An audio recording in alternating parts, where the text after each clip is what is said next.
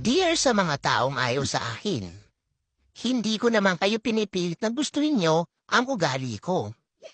At hindi ko rin ugaling ipagpilitan ang sarili ko sa mga taong hindi ako gusto. Mas gugustuhin ko na lang ang magsulo kesa makisalamuha sa mga taong walang iniisip kundi puro negatibo. Mas masarap pa pagkaabalahan ang mga bagay na kapaki-pakinabang kesa sa mga bagay na hindi naman nakakaangat ng pamumuhay. Hindi ka aasenso kapag iniintindi mo ang mga taong ayaw naman sa'yo. Maestras ka lang at papamit ka kagaya nila. Kaya hayaan mo na lang sila. Kung ano man ang mga sinasabi nilang hindi maganda tungkol sa'yo, hayaan mo sila mapraning kakaisip sa'yo habang ikaw ay busy sa buhay mong positibo.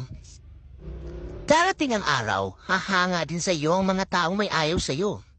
At ikaw ay nasa tuktok na ng mga pangarap mo. Habang sila andun pa rin sa buhay na pinili nila, ay ang pagiging tsismosa at inggitera.